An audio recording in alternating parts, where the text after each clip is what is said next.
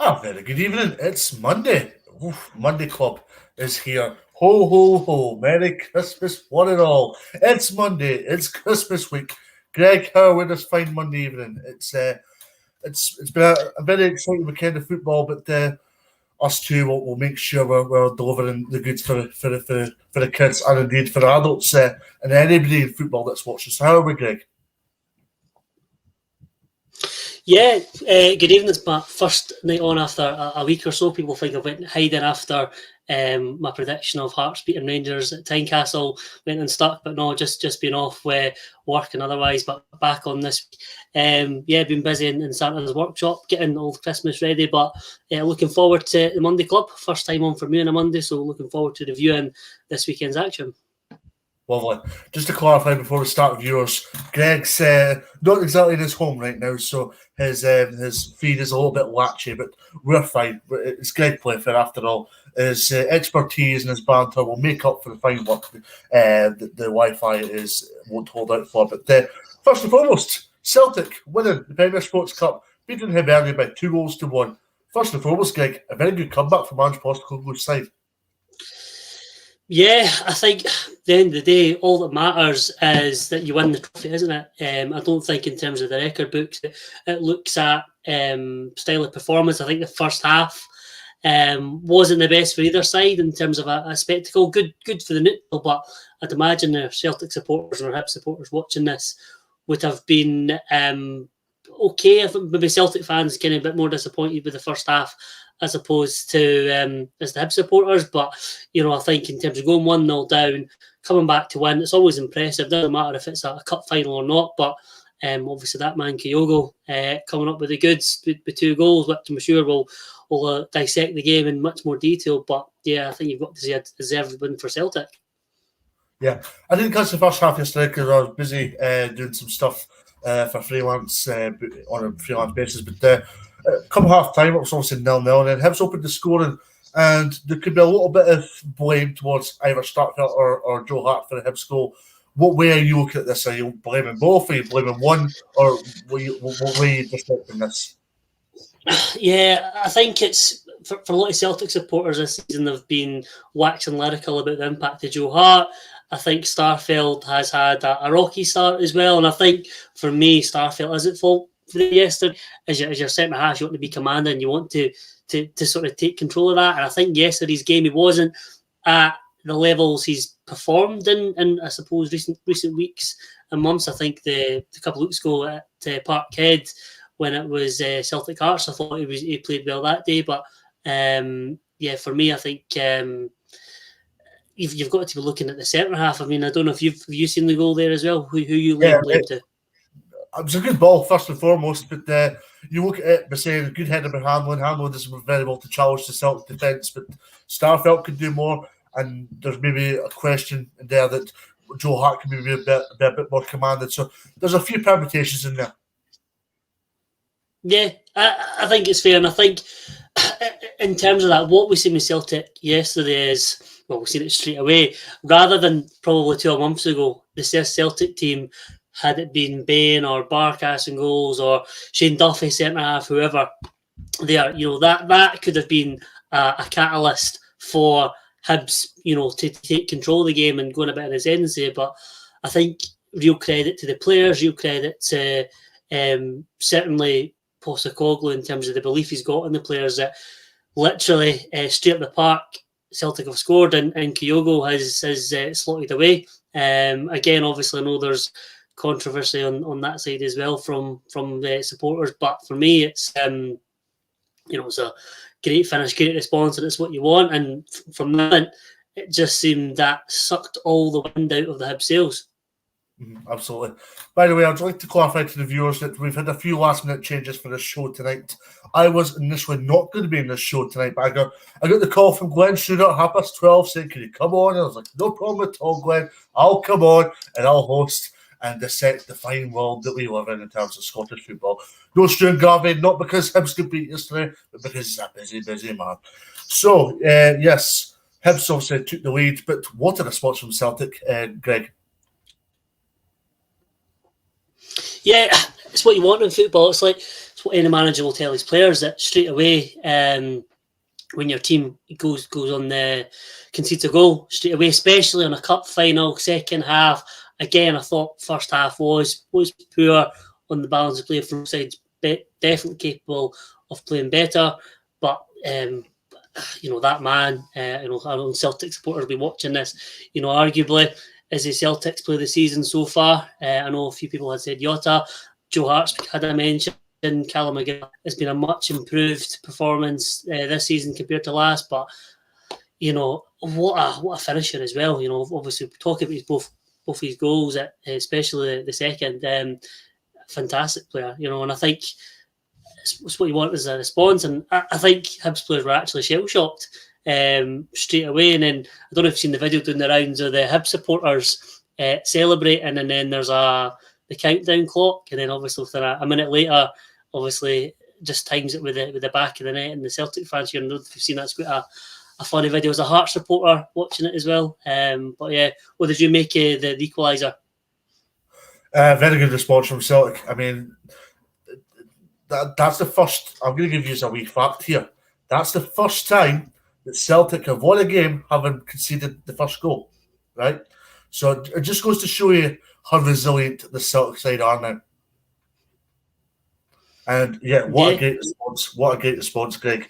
Just in terms of get that goal behind, and then the intelligence from Kyogo, the intelligence from players, just want that equaliser, the desire to get it as well, can't be undermined. And Kyogo does very well in terms of getting beat off the last man, in terms of beating offside trap, and then obviously finding home. I mean, a little bit of exploitation from a Hibernian point of view, but also from Kyogo's point of view, great intelligence once again. Yeah, he's so. It's actually, again, as a neutral kind of watching that game as well, and as a supporter of Scottish football, it's actually kind of refreshing to see how alert he is. And it's almost like people talk, no way am I comparing him with Lionel Messi or Mo Salah or whatever, but that sort of impact where it can take the game by a scruff of a neck, and as I said, can just turn the game on its head.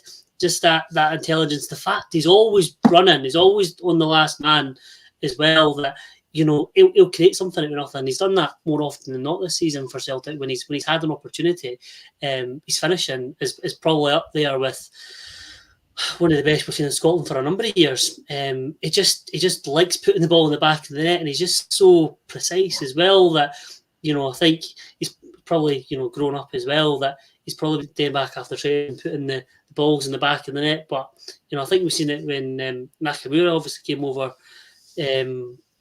from Japan to Celtic as well. His accuracy, especially on dead balls, was phenomenal, and I don't know if maybe that's a trait there as well, that the accuracy for finishing was phenomenal. But yeah, I think when it goes to 1-1, at that point I'm thinking there can only be 1-1. And again, it's that old saying of, isn't it, which came up a few years ago as a Hearts fan, and it seemed that maybe that was destined to happen for Hibs after that. But then obviously Kyogo put them 2-1 up. What was your take on the goal there, Dave, in terms of the Kyogo goal? I know Paul McGinn came out in his post-match comments afterwards and happy decision as well. And obviously I know a few Hibs players were remonstrating with the referee John Beaton afterwards as well. What was your view on the goal for Kyogo?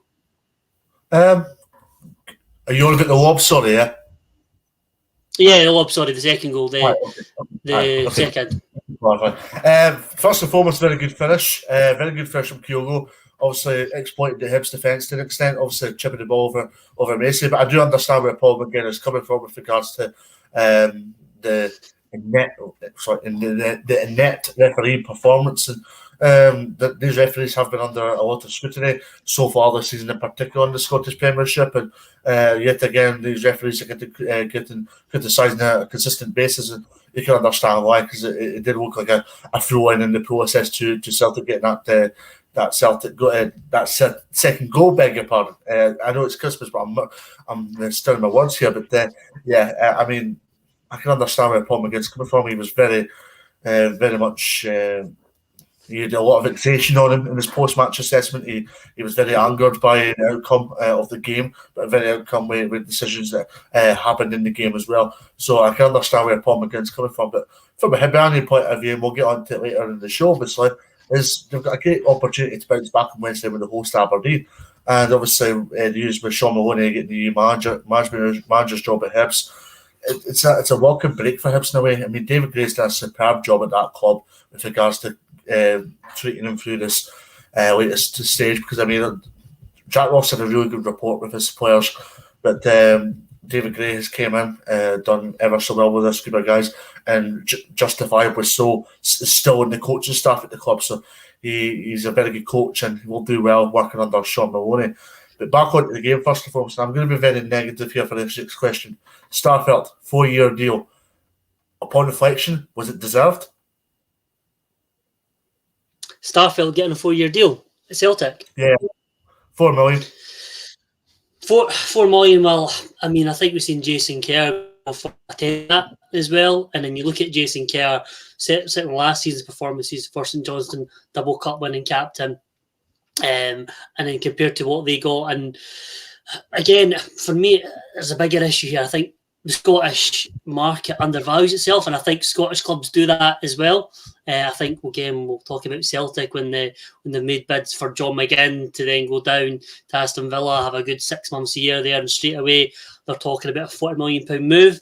I think we do underinflate ourselves a little bit with the valuation we give players, and then I think we can always be a bit enamoured by foreign signings. I think as a football supporter, you're always intrigued when you get someone abroad or an international who's got pedigree. A Sweden international, I think he's certainly doing well, playing well in Russia again, a physical league, which again, coming to the Scottish style of play, that would have suited. But I mean, yeah, I think there's been a hit and a miss in terms of signings over the last couple of seasons. Now we talk around obviously Kyogo being really good. Who signed him? Was it the scouting department at Celtic or what? Ange Postecoglou. If you look at Starfelt, is that someone who's came in again last season as well, where off the field I don't think things were great for Celtic in terms of head of recruitment, scouting. Obviously, was still a bit of turmoil from the post Rodgers leaving, Neil Lennon's when he was in tenure as well. Peter Lawwell was announcing he was retiring, so I think it was a bit of state of flux, and I think Starfelt signing that, on reflection, probably under Postecoglou, probably not the type of player we'd go for now. You look at, again, someone in Scotland, someone like Suter would be more suited to someone. It would be more suited to Celtic, but I don't want to go there. Being a Hearts supporter, I'd rather he left rather than be a competition. But I don't think it justifies it. Although when you play for Celtic or Rangers, you can't have a bad game. As soon as you have a bad game, that's when people say, right, are you a good enough player? You look at your price tag, you look at your performances, and I think that becomes very, very difficult. I mean, what's your thoughts on Starfelt and £4 million? Do you think he'll come good at Celtic? Well, the time ticks on, Greg, and we're on Christmas week. Ho, Merry Christmas, of course. And you can tell that things aren't exactly perfect from either Starfelt or Celtic Football Club's point of view in this particular situation. I mean, Starfelt has came in and got consistent game time, but he's not used that consistent game time to his benefit, because he has put a lot of average or mediocre performances, and that's not me trying to be critical towards Starfelt. It's just, look, you play for Celtic Football Club here. Celtic, wearing the Celtic jersey carries a lot of pressure to it, because you need to be winning games of football consistently. Now, if Starfelt improved his game in all departments, to even a little bit of 10%, what a difference it would make to that Celtic defence, as far as I'm concerned. And next up, we are going to go and say despair for Hibs. Despair for Hibs. I say despair for Hibs because they were 1-0 up in a really good position, Greg, and then Celtic got that 2 late goals, and it really was just a frustrating outcome for David Gray then, because they did ever so well to get themselves in the league, and then Celtic obviously responded the way they did to it. David Gray can take a lot of positives from his tenure as caretaker boss. Yeah, and again, I've had this discussion with my Hibs supporting friend as well, that you're going into it, and as a free hit for David Gray going in, he can leave as a hero again, cementing himself obviously after the Scottish Cup in 2016, that he's kind of led them or been vital in that, and then obviously vital in the League Cup there. But yeah, I think it was a you could call it a moment of switching off. You could call it referee controversy as well. But and obviously at the end as well, I think they had a claim for a penalty, obviously in the last minute as well, where in the box before Hanlon kind of puts it over the bar. I mean, looking at that, if there was VAR, it's probably something we get looked at again, definitely in England. So, I mean, you can perhaps count themselves a bit lucky, Celtic, there, that, nothing's given. There's no talk. The linesman and the referee have kind of not seen fit, because, again, we've seen in other leagues, especially with VAR, that would have been given. I think, obviously, the sort of pundits as well, maybe more of a Celtic persuasion, were saying be something they were looking for if it was another the pitch. So, yeah, but it's this sort of glorious failure, which I think kind of irks a lot of Hibs supporters as well, going, well, at least we're in the final, at least we competed. I think certainly for a club of Hibs size and similar to Aberdeen, similar to Hearts, and even until recent years Dundee United, these are competitions that you've got a realistic chance of winning.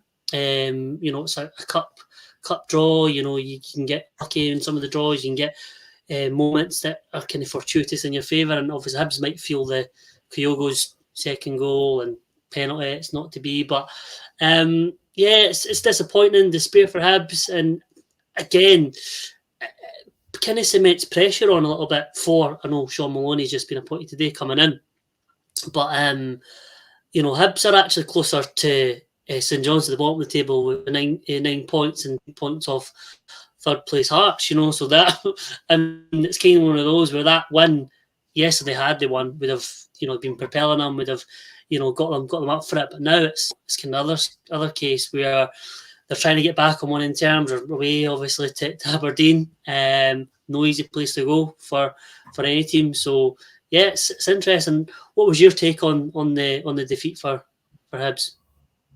Yeah, I mean, as I alluded to, they got off the great start, taking that lead through Hanlon, and then the worst case scenario for Hibs was, of course, Celtic egalising when they did, and then Celtic obviously wanted to win that one through referee controversy, of course, but Kyogo is there to do what he does, put the ball back in the back of the net, and Ange Postecoglou gets that first trophy.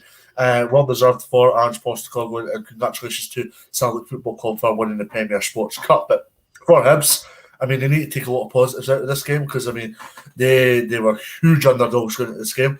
No question about it. They didn't even know they beat Rangers in the semis, because there's been a lot of, not turmoil, but there's been a lot of change within that club in the last 2 weeks after the dismissal of Jack Ross. So for Hibs, they can move on now, because Sean Maloney has came into the job. And before I go on to Ange Postecoglou, what's your thoughts on Sean Maloney? A left field appointment, if you're going to ask me, Greg. A man that's a deep thinker about the game. He's a very intelligent guy. He likes to play attacking football. But the Achilles heel, in my honest opinion, but I'm happy to be proved wrong if need be. I know you won't want me proving people wrong, but from a Hibs point of view, I think it's a good appointment, but it's also an appointment with very little management experience involved, with the exception of Gary Caldwell and David Gray. Maloney has been in coaching environments, but he's not been in a management environment. Yeah, so for me, there's a few different elements to this. So the first of is, I think, the timing of it. I think for Sean Maloney to get his first managerial job, he's not coming into a team that's succeeding or winning. He's coming in now at a time where a team are poor. You know what I mean? The supporters were calling for the manager's head. So it's a team struggling. He's coming in there. He's not got a lot of time in terms of the Christmas period to get his style, his philosophy in there as well, which is going to be difficult. Again, his first managerial job as well, where usually managers want time to embed their ideas and philosophies and beliefs. Again, I'll flip it and say, could you imagine if Postecoglou came in last December to replace Neil Lennon? I mean, yeah, in terms of Celtic, would it have got better before it got worse?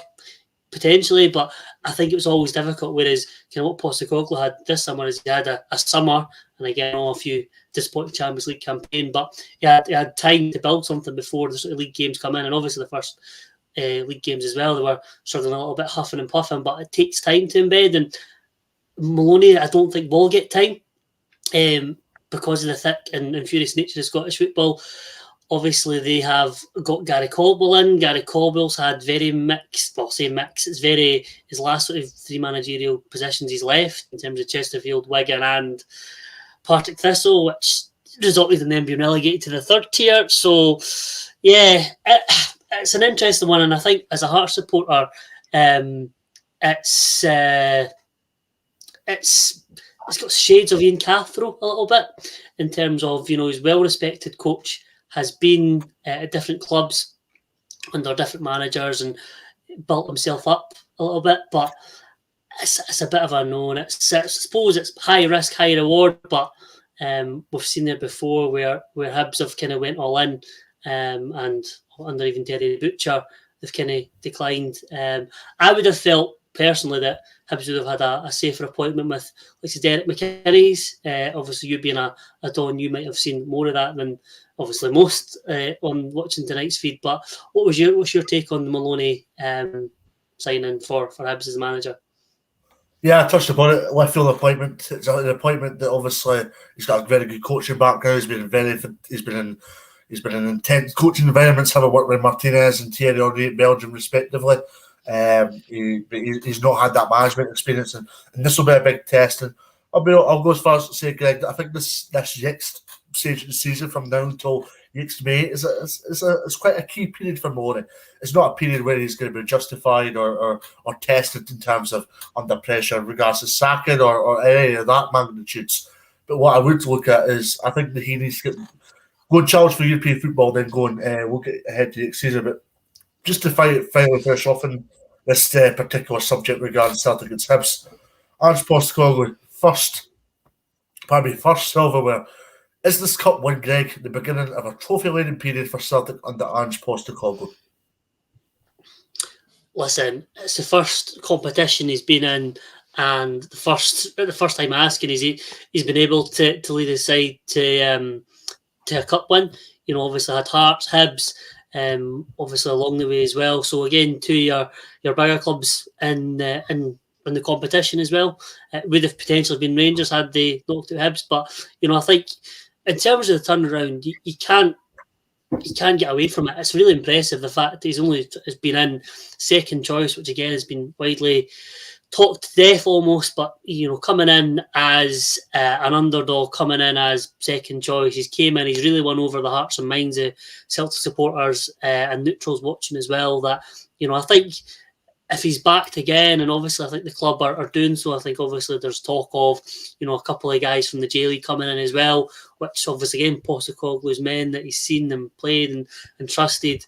I think it can be good. I think obviously the real flip side to that is we don't know how good or bad Van Bronckhorst will be. Again, you've got to say in terms of when he's came in, Rangers have been impressive for me. I think they've stepped up since Van Bronckhorst has came in. So I think it is very, very exciting. I think in terms of the league heating up at the top end, I think there will be a title race this season. Probably the best title race there's been in a decade anyway. So I'm looking forward to it. I'm looking forward to seeing what happens. But I think, this will give them confidence. And I think it's always, being, again, they're you could split hairs in terms of the difference at this time of the season. I think they're within touching distance of Rangers. Again, they've won that cup. It's almost, psychologically, it's a massive boost going into that. And we can see, obviously, in the game, obviously, New Year, who comes at top. So that's going to be massive. And I think Celtic can go into that with a lot of confidence. What's your take on it? Well, I'm going to feed off what the comments are saying, because I think there's a very good point here from Brown Warrior. If I just go and get it up here, just a minute. He's 5 months into a full squad rebuild, Greg, and he's secured the first silver available at Celtic, only improving. To be honest, Ange Postecoglou will be judged on domestic form. He's passed his first assignment with regards to that in terms of winning the Premier Sports Cup yesterday. But also the big challenge for him, and it's maybe a challenge heading next year, if we're going to be honest with this. If the Celtic go and win the league, I think there will be a challenge and a pressure on Celtic for Postecoglou to go and deliver Champions League football to Celtic again, because that's the pinnacle for Celtic Football Club. There's the pinnacle for Rangers as well, but if Celtic were to go win the league this year, 40 million available Champions League football. What a carrot that is for Celtic Football Club. They've not had Champions League football in quite a while now for their standards. So that's got to be a big thing. But from yesterday, So, as I alluded to at the top of the show, showed great resilience from going a goal down and winning 2-1 with a very good performance in the end and a very good win. He's a class act, and he's showed that with any interviews that he's done. I was asked a question by Rob McLean in the Premier Sports yesterday. He says, mate, so that just goes to show you how he didn't really like Rob's question, but there we go. So, no, fantastic victory for Celtic, and well done to everybody at Celtic Football Club, and indeed Ange Postecoglou winning. Yeah, and I think one thing someone said in the comments as well is, again, I think he's had to win the hearts and minds of us over the club, the fans, but also the backroom staff as well. You kind of forget the style of play that he's over, the transition from Lennon ball or Kennedy ball, whatever you want to call it, from the great attacking football from Brendan Rodgers, Lennon ball, which is just about functional, about getting results, to then oversee this with the same sort of lieutenants that Lennon had, and John Kennedy and Gavin Strachan, and as I said, Stevie Woods, the goalkeeper coach. He's had to come in off his own back and win over the hearts and minds, and obviously I know he was a good embrace with the backroom staff as well with him. So again, full credit to him, and as I said, if he's able to bring in some more of his own players, or even his own staff in the months and year to come, then it could prove fruitful for Celtic. Absolutely. Right, we're going to go to the other side of Glasgow very briefly here. Rangers won, Dundee United 0. When you look at it, and we see the Dundee United team line going out, Greg, we looked at this and went, could be goals here. Dundee United before the game were 66-1 to get the 3 points on Saturday. It didn't quite work out, but very nearly did. But for a Rangers persuasion, is it 3 points that all that matters? Yeah, listen, at this point of the season, it's about getting to the break and just getting the wins under your belt. Now, probably, I think most would have thought at 2 o'clock on Saturday when you've seen that coming in, that it could be a cricket score for Dundee United. Going in there, again, it's almost this... it's lambs to the slaughter. Certainly going to the champions, going with 4 or 5 teenagers, I think were in the lineup as well.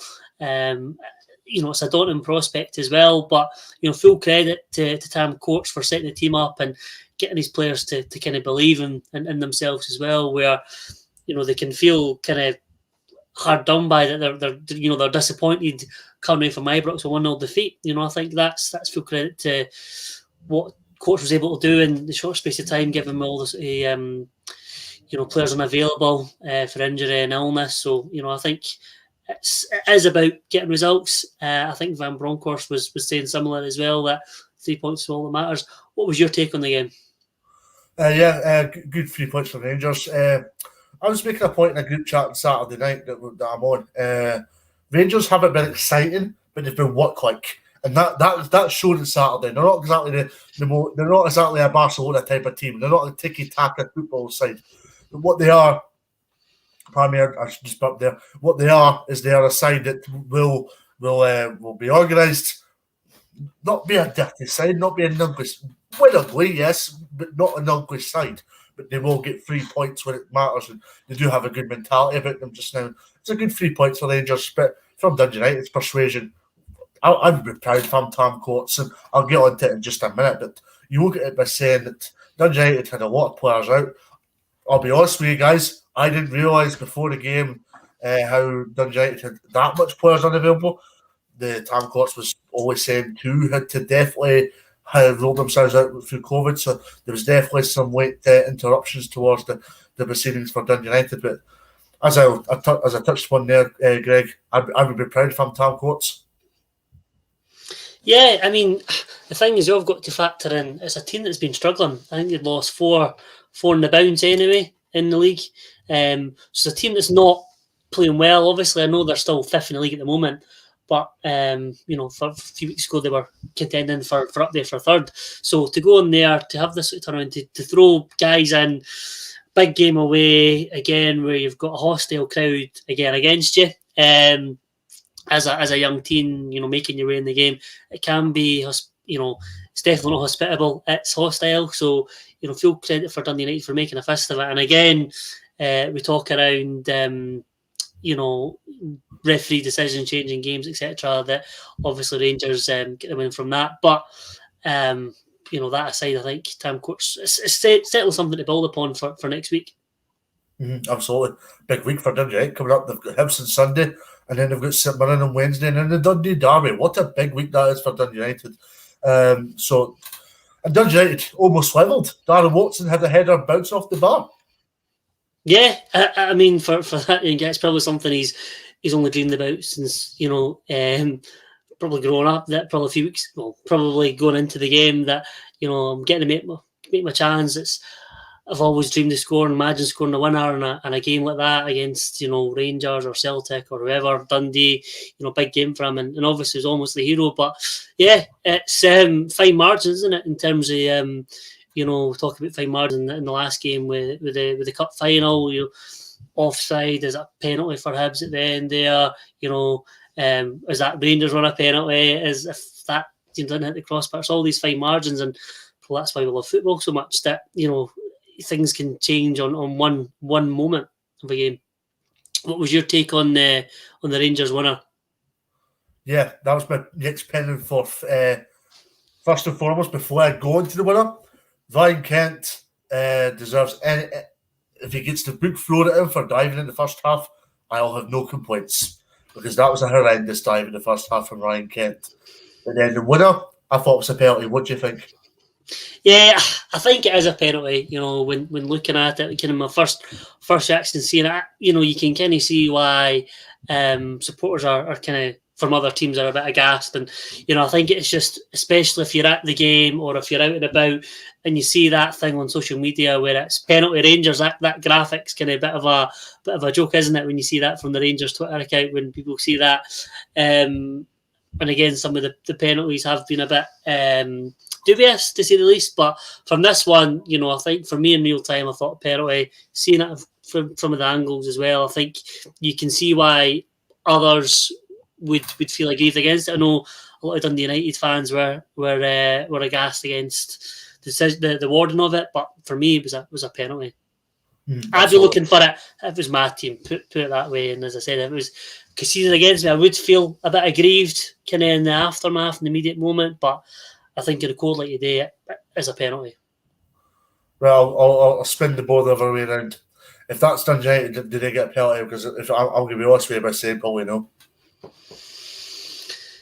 Yeah, and I mean, it kind of goes back to what Paul McGinn was saying about the game yesterday as well. Again, who Paul McGinn, will have to say, grandfather was chairman at Celtic, had said if that decision was the other way around, Hibs would have got offside flag for Kyogo's second goal. So, I mean, again, there's obviously supporters that think that Celtic and Rangers get preferential treatment. I mean, I was laughing because one of our known panellists that comes on here in the first half was commenting around Beatt's performance, saying bias and shambolic sort of thing. And it's quite funny because I think when you're a football supporter, you do think that. You do think you scrutinise every decision against you and your team. I mean, my personal view is I don't want to say they're not very good, but I think you need a lot of support with decisions. I think VR could help them if used correctly, but it goes with the laws of the game. But I mean, it's that you're picking up here about Dundee United and decision at Rangers. We're bringing up Craig Levine's rant about Mike McCurry 10 years ago, saying that he'll never get anything at Ibrox with that referee in charge. So, I mean, listen, everyone can feel aggrieved at times, but I just think they're not as good as I think they are, and they need support. That's my take on it. What your comments coming in? The reason why my camera is a little bit doomed is I need to clarify a question from Michael McDowell saying that must be vodka and orange if that jump at his effort go by. Now, I don't know if you can notice, guys, but there's definitely no vodka and there's definitely no orange this jumper. So, Merry Christmas. And I've definitely put on the beef, guys. So we'll just clarify that first and foremost. Tom, Merry Christmas to you. I know you were saying Merry Christmas to myself. So Merry Christmas to yourself, young man. Hope you're keeping well. Thanks very much for keeping the comments going. Much appreciated. We'll try and answer them as and when we can. But we're going to go to Dens Park for a good win for Hearts, Greg. 1-0. Yeah, good win for Hearts. Obviously, I wasn't able to go to the game on Saturday there, but by all accounts, I had friends that went there, and listen, at the end of the day, I think we talked about it, Rangers there just now. It's about getting the 3 points on the board, getting the wins. Listen, Hearts have played better this season and not taking anything from the game. Again, I think look back to the game week past Sunday there, played much better against Rangers and got nothing for our efforts. Whereas I think obviously you were at the game. You thought it was a bit of a smash and grab for Hearts, but I mean, I said I don't think it was a great game towards the end, especially you couldn't really see anything. Were you able to even see the match towards the end? Yeah, can I just something that's been brought up a call. What before I answer your question, just been confirmed by the SFA that the daily tasting has been extended to cover Championship, League One, and League Two. So just to clarify, guys, the Premiership do all the contingencies in terms of testing and all that kind of stuff. That's been accomplished in the Championship, League One, and the League Two as well. But on the game, I felt Hearts were the better side, Greg, and dominated stages of the game, which probably helped in terms of them getting all 3 points and getting the 1-0 win. But and the 10-minute period before Jamie Walker scored, you could tell that Hearts were in the ascendancy. A Hearts side that were wanting to get into good areas, but through a lack of the final pass or Wayne Fontaine, Jordan McGee being organised, it just didn't click for Hearts. But they played some good stuff and got a really good 3 points in the end and a really good performance. And when the going is tough, I don't think it was an ugly 1-0 win, but it's a welcome 1-0 win for Robbie Nelson's side. Yeah, as I say, I think going into the game, obviously no Liam Boyce as well is always a bit of a worry for Hearts. I don't think there's much reserve in terms of, I think Nonduye is the sort of French striker we've got. Again, I've heard he's got a move all but lined up, pending Hearts get a replacement in. So Hearts are in the market to try and bring someone in. But, I think we started with Ben Woodburn up top. And I think from being a Liverpool loanee and having this, burgeoning reputation as a young talent, Jurgen Klopp had him involved in squads, obviously, beginning of the season and pre-season and one of the Premiership games as well. He was on the bench.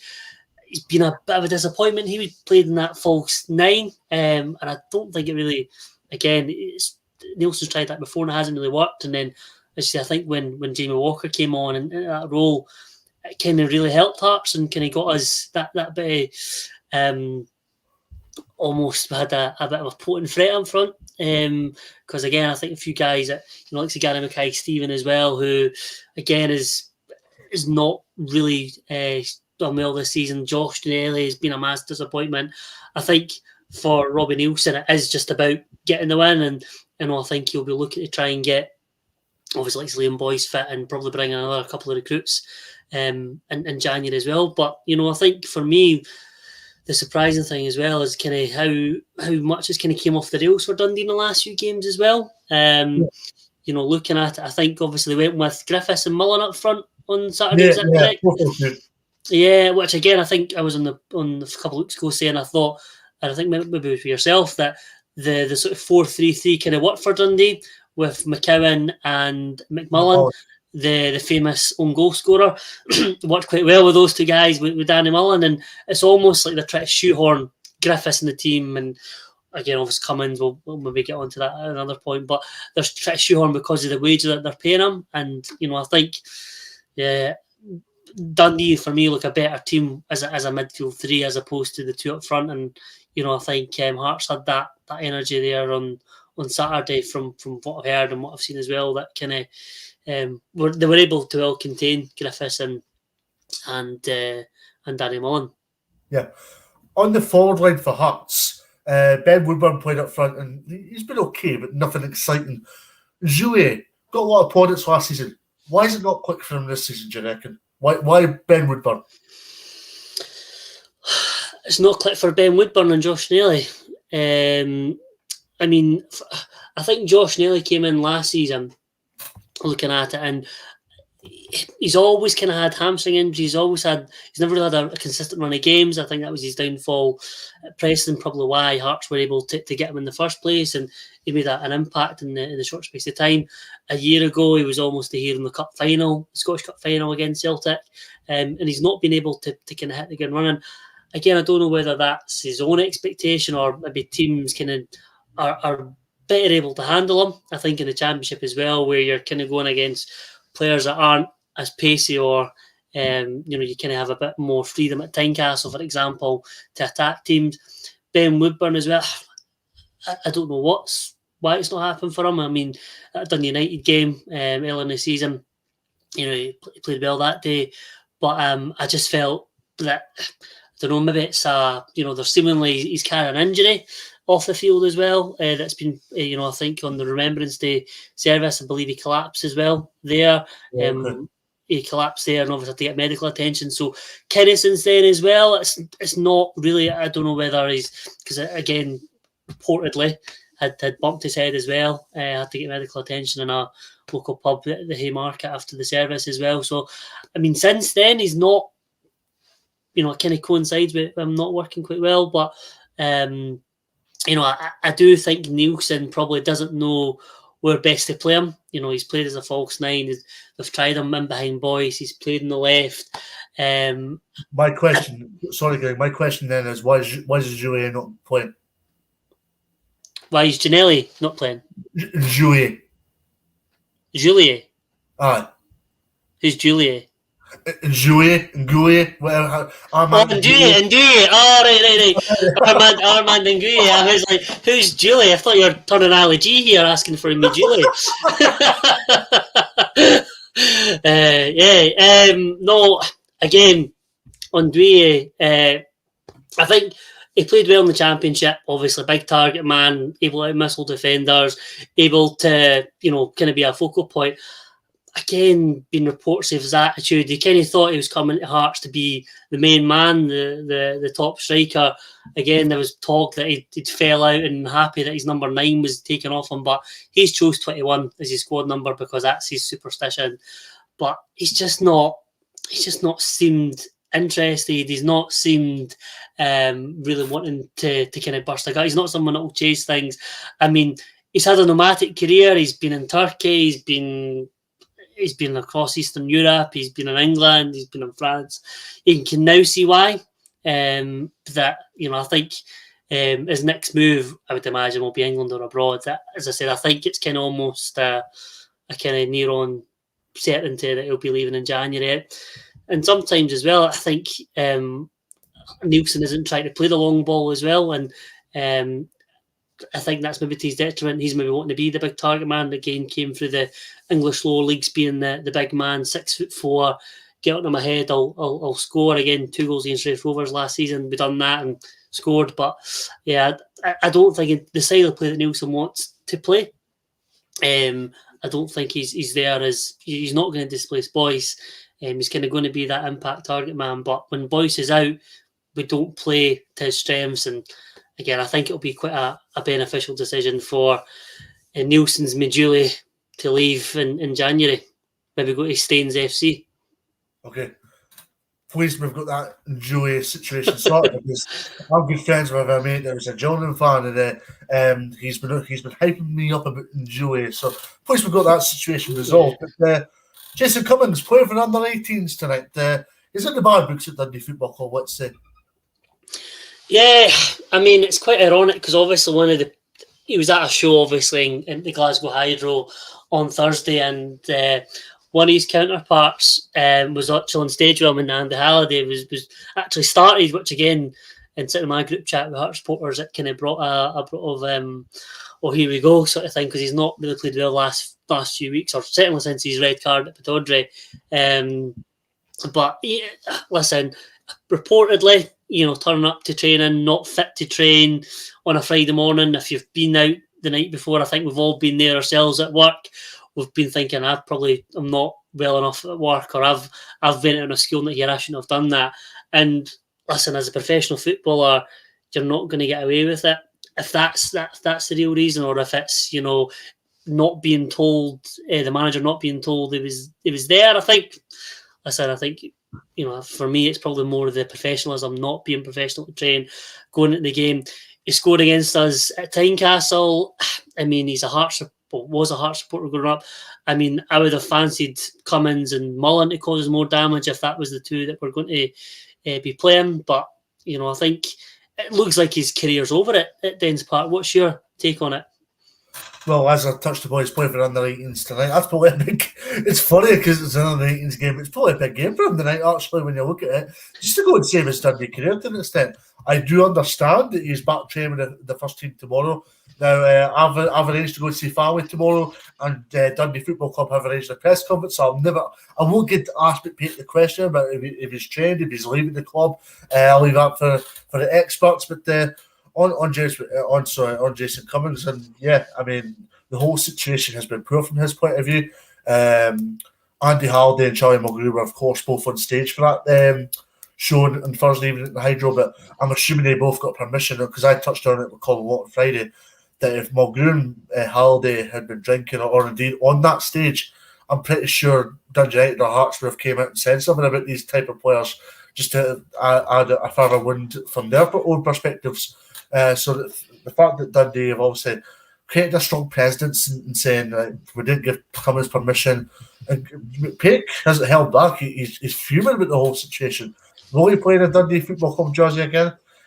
It's a question of judgment as far as I'm concerned, because there's a lot of outcry at this precise moment in time whether McPake is signing mates, and this will be a test to see if Cummings is his mate. So there's a lot of questions here, and there's a lot of challenges that are going to proceed in the coming days to come. Before I believe Cummins and McPake have the same agent as well, same as Andy Halliday, so the same football agent. So it's quite interesting that I talk about signing mates, whatever. So yeah, they're all from the same agency, right? Okay, as well.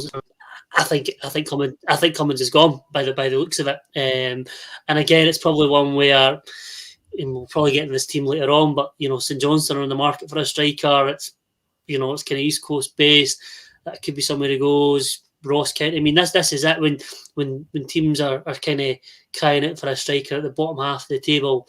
They'll take a bit of a punt, take a bit of a gamble on a player. I'm going to give you one suggestion, and it's not in the Premiership. Celtic Hearts.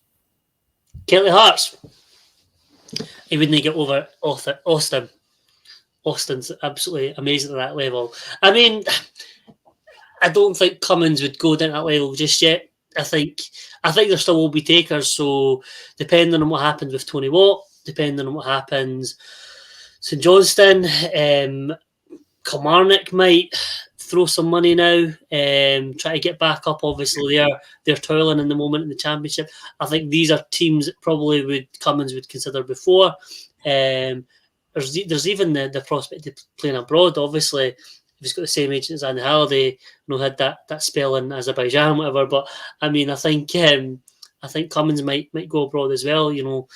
Teams like Cyprus, or we've had Scots go abroad to Belgium in recent times. I think that's kind of more palatable for him than going to Kelty. But listen, it would be great to see him scoring at that level. I mean, he scored goals in the Championship for Hibs. I have no doubt he'll be scoring. If he went there, he would score goals in League One for Kelty, because they're an absolute stick on to get promoted this season as well. Probably potentially go and beat him. But be interested to see if Kevin Thompson signed his mate there as well. I don't think they got on too well at Hibs, from what I believe, but it'd be interesting if that happened. But I think St Johnstone might be a kind of more of a likely scenario. Ross County, Motherwell, St Mirren, they've signed if Brophy, Curtis Main, maybe if one of them were to go because they're not sitting the heather light. I think Cummins does have options, but certainly as a Hearts fan, I can't see him coming to replace Nonduye.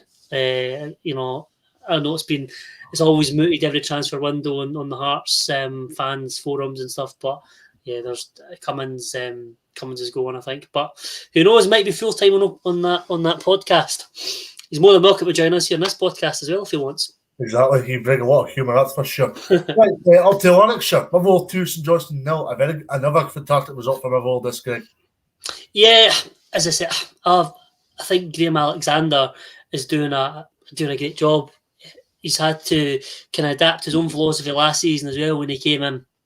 He wanted to be attacking, he wanted to kind of be quite expansive, almost a bit like Postecoglou coming in, but again, had that issue coming in mid-season as well when obviously Robinson had left.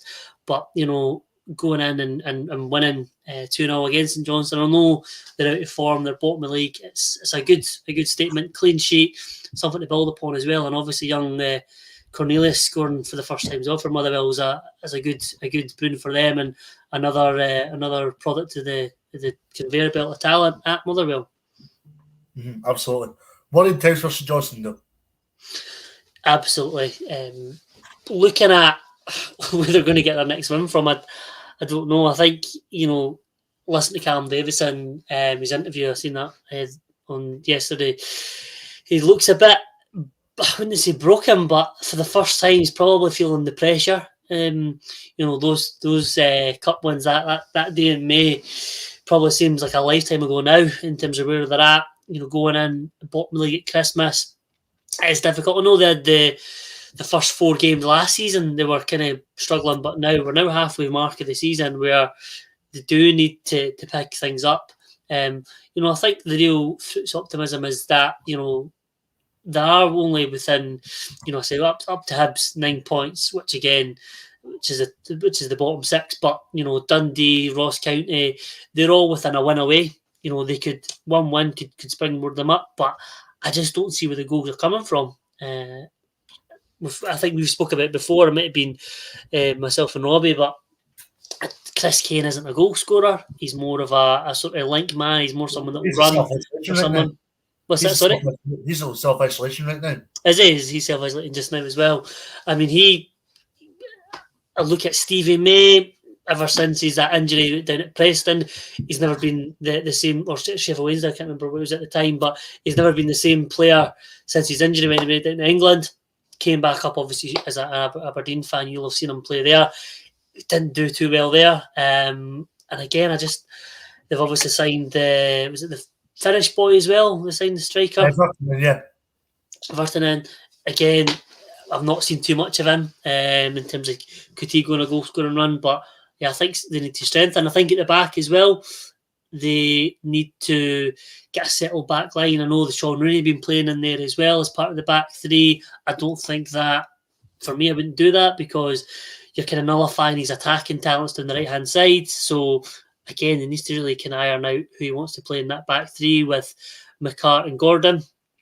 And, as I said, in the middle as well, where it probably needs someone else in there because obviously Waterspoon being out as well is a massive, massive loss to them. I think you kind of underestimate the impact he's had in that team over the last couple of seasons. But what do you think? Do you think St Johnstone can turn it around soon? Big game wins tonight, first and foremost, Greg. I mean, I'll use the one game as a time mantra here. We're saying they've got Ross County wins tonight. Big game for St Johnstone. It's a game they probably have to go and win to try and rejuvenate fortunes at that football club. And there was an article by Eric Nicholson in the Courier today, and I thought it was a very brutal piece, if I'm going to be honest with you, because it was saying that Scott Boyd and another guy, I forgot the other guy's name, but Scott Boyd, basically the director of football or whatever have you, needs to take a lot of the blame for what's going on at St Johnstone at this moment in time. Not in terms of things that are happening within the club, but things that are happening with regards to not backing Davidson, because to be honest, Carl Davidson has earned a good transfer window after winning the double last year, and he needs backed. And for St Johnstone, it's another worrying defeat, and Carl Davidson pulled no fools when he obviously spoke on Saturday after the game. So yeah, worrying test for St Johnstone. But we've also got a bit more information to come across before we end the show. So Livingston won, Ross County won. I've shared the spoils this, Greg. Both managers a little bit disappointed that they didn't get all 3 points. Both saying it's 2 points dropped. Yeah, can I just say their disappointment pales at insignificance when I was watching the game and I was absolutely confused, thinking, why are Ross County playing in yellow and why are Livingston playing in black when the game's at Armandvale? I just couldn't get my head around it. And I sort of seen photos of the players. I think it was because I seen the photo first. It was Omiyonga and Callahan. And I'm like, what's going on here? Why did Callahan sign for Livingston? But I wasn't going crazy for 5 minutes before I was able to work it out. That it was obviously kit clash again, which we'll can talk about another time. But yeah, for Livingston, they're doing well in terms of consolidating recent performances. They're still picking up points. I thought Livingston were kind of going to be in the dogfight. Again, there is still time. Obviously, there are only 18, 19 games in for teams this season. But looking at it, I think Ross County will be kicking them.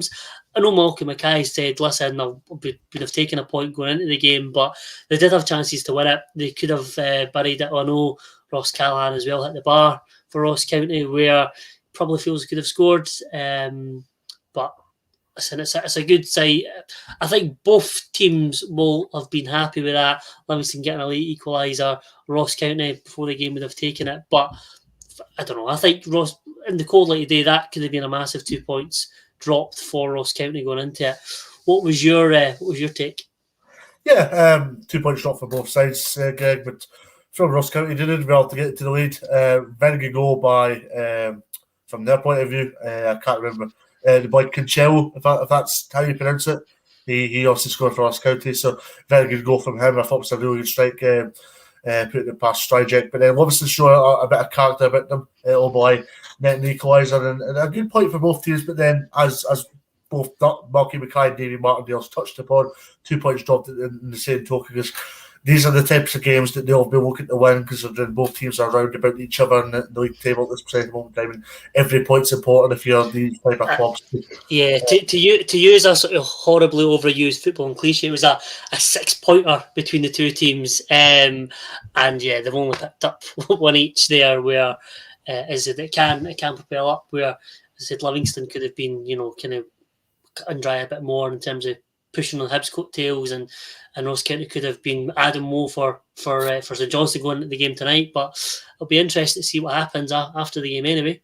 But then I'll look at this from a Stargaze point of view. Greg was saying they did very well in the essence of things, because they had a pulsating 97 minutes against Celtic, and then they had to go all the way, do a 6-hour round journey to Livingston, and put in a performance like that. That shows where Ross County are at just now in terms of how they've progressed under Malky Mackay. Yeah, going to the Spaghetti Had's never nice any time of year. Never mind, on a cold winter Saturday with the fog and whatnot. But they'll be happy with that. I think you've got to also concede as well, as Ross County's start to the season was COVID ridden. They had to give up games. They went, the League Cup games the campaign was a write off. He's also brought in a kind of almost a full new squad as well. Again, we've talked about Postecoglou at the start of the show, giving him credit for being able to transform the team. I think Malky Mackay's had to do similar as well. A lot of players, a few went to Inverness as well, and like I said, Billy Mackay, etc., Michael Gardine. But obviously a few players that have left. So, fair play. I think now we could see a more of a Malky Mackay team moving forward. But yeah, I think tonight will be a real acid test for them. Mm-hmm, absolutely. Right, management, the extraordinary world and precarious world that is management. Tommy Light, gone, and basically fogged off. That's how I look at it. Fogged off. Yeah, the headline is after fogging, obviously one of the sort of viral tweets as well, saying "Pure Tommy Wright can't control the weather." But I think for Kilmarnock fans can read in social media his opinion. If there's any Kilmarnock fans watching, feel free to comment and tell us if we're wrong here. It's probably a bit harsh, I think, in terms of where they're at just now. Listen, it is only halfway. You could, that cliche, you need about 2 or 3 windows. I think Tommy Wright's had 2. You could arguably give another one there as well, where he's able to bring in some more players. But, I think, Dick Campbell leading Arbroath to top of the league, I think that might have prompted the Kilmarnock board to act, saying, well, we've got a part-time manager, a part-time team. The manager wasn't even there at the weekend. Dick Campbell, his twin brother, wasn't there. I believe Rab Douglas was taking team as also being the sub-goalie. And I don't know, is Rab Douglas 50 or something now? Yeah, sorry, just to add, Arbroath had 6 players self-isolated alongside Dick and Ian. Yeah, his brother Pink. So, I mean, it probably just goes to show, thinking, well, actually, hold on, what's going on here? And obviously, I know as well, United have today got the Jim Duffy as well. I know Graham Matthews just went in there as well, and it'd be interesting. I know, like say, Jack Ross, our friend from the pods from the last few weeks, our shows. I think there's a link there with Kilmarnock, with James Fowler, his ex-assistant, being the director of football now at Kilmarnock. There's talk that Jack Ross may be tempted there. There's talk of Graham.